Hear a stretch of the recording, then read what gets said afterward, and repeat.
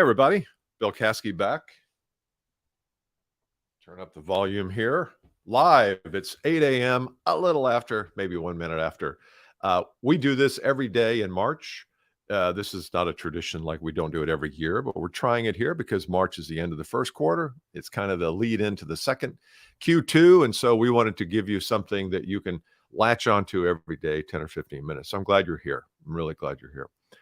A couple things before we begin. Number one, I've got a podcast hitting today, releasing on the company story, how you tell your company story. And it was, I went through a framework that I've learned over the years and I've helped my clients with.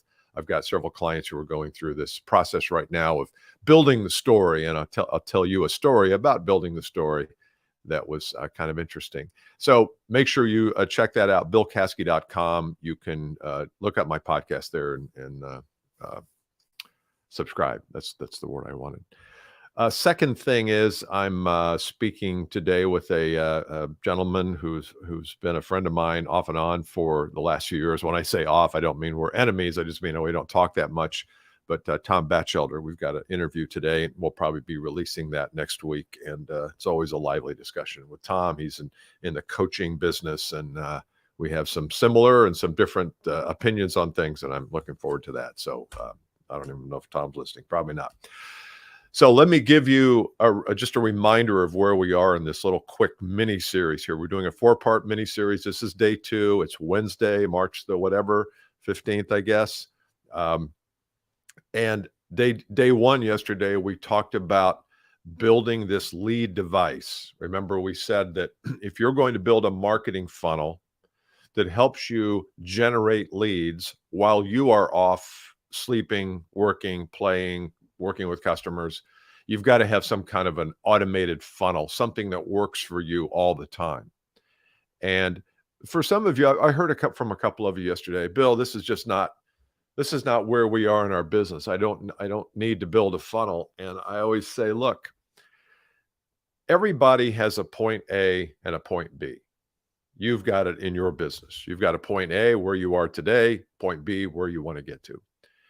And I always say that if your point A is today and your point B is not like wacky, like I'm 60 years old and I want to play in the NBA next year, that's a point B that's, you've come to me, I'm probably going to say there's probably no clear path there to get from where you are, can't jump to an overweight to the NBA. But generally our point A is some type of income, financial thing. Like we earn, let's just take a number. We earn 100K a year and we want to get to 300K a year. That's our point B. I believe there's always a clear path. There's always a clear path. The problem is if we don't know what that clear path is, and that clear path could be several. It could be like I need to improve my closing percentage, need to improve my lead generation, need to improve my skills of questioning, need to improve my analysis, need to improve my presentation skills. There could be a lot of things in there that are clear path focused.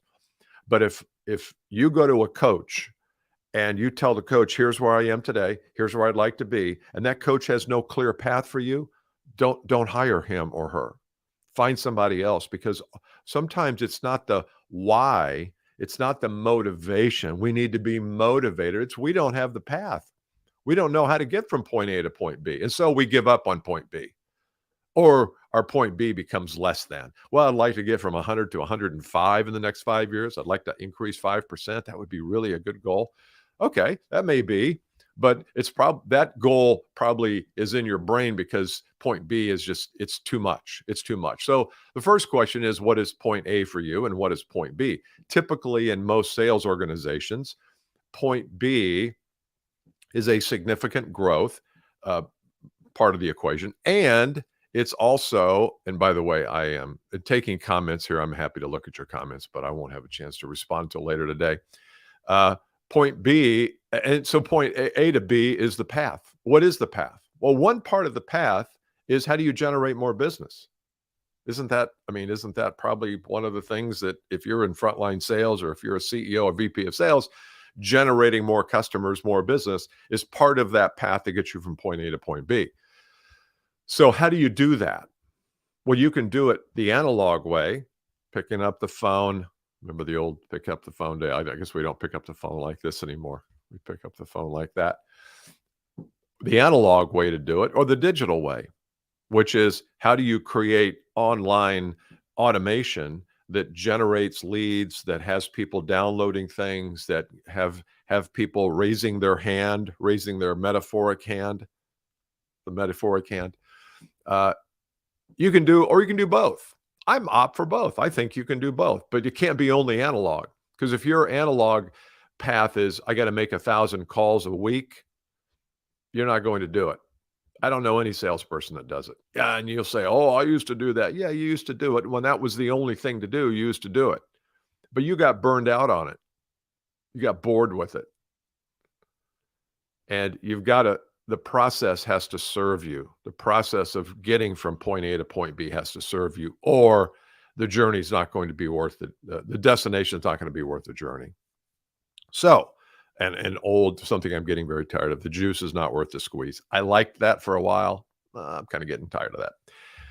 So part of this is the marketing funnel. So what I did here, what we did yesterday is we said, what do your customers want? What do they want? If you don't know what they want, then how are you going to create something that is useful for them? And you probably can't. So how do you know what they want? Well, one way is, check with other people inside your company, check with people who have been in the business for a long time. Here's what they will always go to, though. I can almost promise you. I had a call last week with a company, and the marketing person was on the phone, on the call, on the Zoom call. And I asked them specifically, what does your customer want? And all their answers were about, well, they want to purchase this product at a fair price. So no, I'm not talking about the product. What do they want? What do they want in their business? And I'm not talking about personally, just what do they want in their bill? Well, they want things to flow properly. They want to stop all the headaches of having to go to vendors and negotiate things and get things done. They want to stop the headaches from the sales team coming to them saying, "Hey, this doesn't work." And I said, "Well, is your marketing focused on that?" No, our marketing's focused on the features and benefits of our product. I said, "Do you see the problem? You're closing 12% of the deals because you're not really giving the customer what they want. And when you post on social media, you're posting about the features and benefits of the product. They don't know about the features and benefits of the product. What they do know is what they want." So this is an important question. It's an important question for us to ask ourselves, what do we want? But it's also important for you to know what the customer wants. So that was the first thing I said is, if you're going to develop some kind of a lead magnet, some type of a device, a lead device that speaks to them, you have to know what language they're talking. And they're typically talking the language of what I want. I gave you the example of the sales VP. What is the sales VP? If I'm going to create a lead magnet for the sales VP, what do they want? And I listed for you 5 or 6 things. I'm not going to go do it again. If you haven't seen it, go check that out. So here's the document. I couldn't upload it, so I'll just show it to you here. Here's the document that I created for you, and you'll see 3 columns there. Far left column is promotion. That's how we're going to get people to the lead magnet. The second column is the lead magnet itself, the device, the lead device, the PDF, the webinar, the video, the whatever. Down below those, the arrows take you to what you are going to be asking them for on that page, a name or email address. And then on the right column is your follow-up. And those are all the emails. And I suggest 8. You don't have to, or I suggest 6. You don't have to have 6. What did I suggest, 5 or 6? I guess I suggested 5, but you might need more than that. So the point there is you need to sketch out your process. So that's your assignment for today, is you're starting to think about the lead magnet, what lead device, what is it that we can offer our customers to have them raise their hand, give you their email address and their first name or all their full name, and you can send them this thing. We said it had to be of value. It has to be simple to consume. It can't be a 400-page book. People aren't going to consume that. It's got to be 1 or 2 pages. It's got to be valuable. It's got to be relevant. It's got to be titled properly. In the VP of sales example, we're going to be doing one that says something like, so we're using what sales VPs want for their sales team. They want their people to be fearless. So 3 things you can teach your people to be fearless in front of the prospect or some version of that. So that will be one of the things that we try out. So you've got your lead device. What I want you to do is sketch this out. I want you to just get your number 2 or hard black pencil. I just want you to sketch it out. It's going to look different than this. If you want to take a screenshot of this, you're welcome to. Let me get my fingers out of the way, big fat fingers. You can take a screenshot of that. Okay. Got a couple good comments here. What keeps you up at night? Yeah, I don't, Kador, I'm not pronouncing your name properly, Kador or Kador. What keeps you up at night is something salespeople have been using for years, and I'm okay with that. But if they've heard that from 17 different salespeople in the last 6 months, I don't want to use it. I don't want to say anything that is similar to what somebody else says, because what does that do? It drops me into the commodity dungeon. So the point is automation. Every part of successful business, it must be automated today, including sales. That doesn't mean ignoring it. Yeah, that's so true. LinkedIn user says that. It doesn't mean we're not trying to automate everything. We're trying to automate the things that need to be automated, and the marketing funnel is one of those things. So I want you to sketch this out. Sketch it out, and then tomorrow we're going to, for you, sketch it out for you. For you, it may be, you may say, well, you know what, we're going to do a webinar. I've got a client who is going to do a webinar, and they're starting in April, and they're going to create I think a 30-minute webinar, and they're going to start inviting people to it. Well, you need a sign-up page. Well, on the sign-up page, that's your funnel. The sign-up page is, what are you going to get? What do you want that the webinar is going to give you?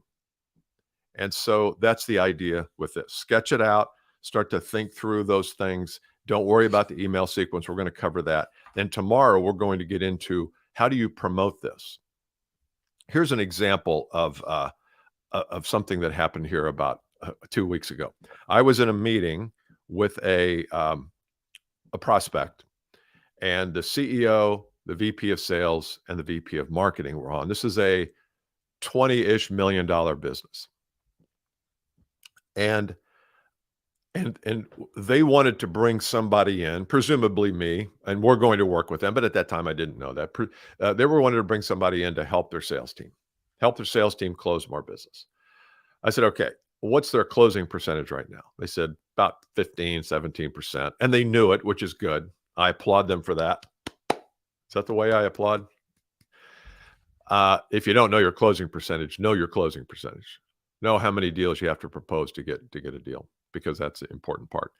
I said, okay, so we're going to work on, you want somebody to come in and work with them on raising the conversion percentage to from 17 to what, 30? Well, we really don't know. I said, well, you need a target. You need a target TCP, target conversion percentage. And they said, okay, 50. I said, okay, to go from 17 to 50, that's a 3x increase. That's pretty healthy. That's good. I applaud you again, but that's good. That's significant, though. We're going to have to change some things inside the sales process. Well, that's why we're talking to you. Okay, so now we're having an honest conversation about this. I said to the marketing person, what's your marketing funnel look like? He said, what? I said, your marketing funnel. But how do you take this universe of potential prospects and have a certain percentage of them opt into something, raise their hand, want something from you? He said, we don't do that. I said, well, how do you generate leads? And basically it's cold calling. They call it cold outreach. Outreach kind of softens the edge of cold calling. Still telemarketing. I don't care. You can call it business development. You can call it sales, SDR, BDR, outreach. What is another one I heard the other day? I can't remember, but it's telemarketing. We know what it is. Oh no, but Bill, our business is different. It's not Yes, it is. It's telemarketing. You're picking up the phone, calling somebody who's not waiting for your call. They may not even want to talk to you. They might. Depends on how good you are on the phone. Maybe they'll go from cold to warm quickly, but that's telemarketing. I'm okay with that. If that's the way you want to grow your business, I'm just telling you it's not scalable. It's just not scalable. What is scalable is creating something for free that your prospects might want, and offering that to them, and then following up with them when they opt into it. So once again, it's got to be valuable. Can't be a piece of crap. It's got to be valuable. You've got to create the process so it's easy. It's easy to get. That's why I like PDFs or videos. I think they're very easy. And you've got to sketch it out. And we'll talk about the promotion on this tomorrow. So I hope that has helped you. I've got some good, let's see, what have we got? Some good notice here. Kador, sorry about that. Always reluctant. But yeah, got it. Yeah, that's right. Any other comments you have you want to share, you can do that. Oh, did I tell you? I told you about the podcast tonight. Podcast is released today, and it should be. I think it's good. It's a way for you to build your story, and sometimes you can even use your story in this marketing funnel. So sketch this out. Get a couple, and if you sketch it and you don't like it, throw the paper. I mean, the sketching, the visual graphic nature of this is going to be important, because when you start to build this, you're going to need a map.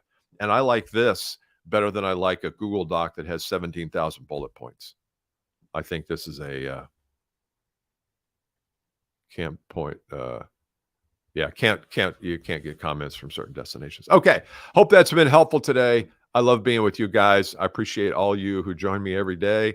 If you are going to be here tomorrow, I'm going to talk about promoting this lead device. Okay. I think you'll like that. See ya.